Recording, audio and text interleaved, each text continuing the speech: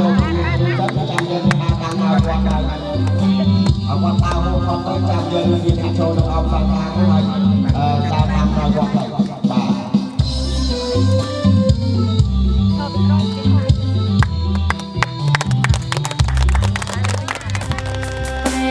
បនតូ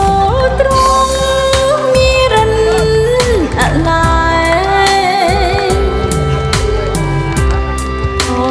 សាងទេមេមានពេញដោយសេចក្ដីល្អចានាងខ្ញុំរចនាតាំងនេះខ្ញុំជាប្រធានបេះដូងស្ត្រីនៅឯសហរដ្ឋអាមេរិកសូមថ្លែងអំណរគុណចាដល់អស់លោកអ្នកបងប្អូនទាំងអស់លោកយាយលោកតាក្មួយប្រុសក្មួយស្រី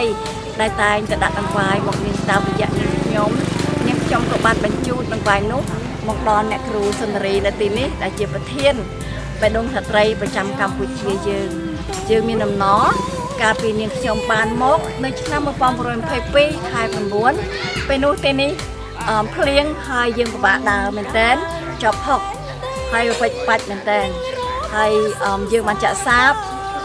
បរិស្ថានទាំងអស់ស្អាតមែនតើអរព្រះគុណនាងខ្ញុំ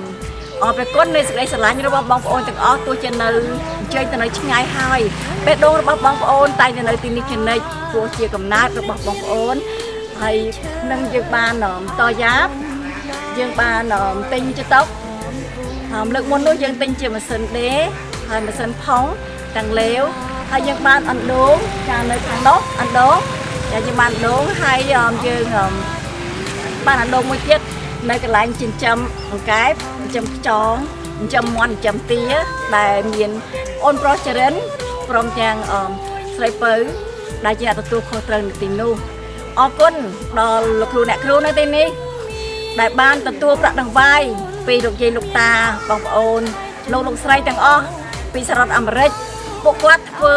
ដោយអស់ពីដួងចិត្តគាត់ស្រាក់ដៃគ្នាបរិស្ថាននេះស្រស់បបរជាងថ្ងៃដែលនាងខ្ញុំបានមកឃើញពីមុនអញ្ចឹងយើងមានអំណរនាងខ្ញុំសូមលើកម្រាមដៃ10អរគុណដល់ព្រះអង្គម្ចាស់ព្រះយេស៊ូវគ្រីស្ទនិងបងប្អូនទាំងអស់ចាអរគុណដល់អ្នកគ្រូព្រមទាំងលោកគ្រូនៅទីនេះដែលបានធ្វើការដល់សហស្រាមជាទីពេញចិត្តដល់ហារតីរបស់ព្រះនិងចិត្តដល់នាងខ្ញុំពេលម្ដងនេះគឺមានអំណរខ្លាំងអរគុណចាសូមជម្រាបលាចាអរគុណពីវត្តនេះពីដើមអត់មានទេគឺឥឡូវនេះក្នុងចំណុំមានវត្តលេងបាញ់ណាកុមារាម្នាក់បានលេងហើយលោកគ្រូពេកដែលចេញមកពីភ្នំពេញក៏បានលេងពីវត្តនេះយ៉ាងព្រមដល់ហើយមានគុំបោះសម្រាប់យើងខ្សែរំលឹកល្អហើយសម្រាប់អ្នកតូចអរគុណខាងក្មេងៗអរគុណព្រះជាអរគុណអ្នកស្រីសាមីហើយអរគុណអ្នកស្រីស៊ូដែលបានអនុវាយទាំងអស់គ្នាចានេះលេងអ្នកបាត់អ្នកស្រីទូចនេះមានវ័យឆ្លៀសវៃលើសពីកុមារឯទៀតគឺមកពីព្រះអត្រាហើយដូចជាស្ដេចសាឡូមោន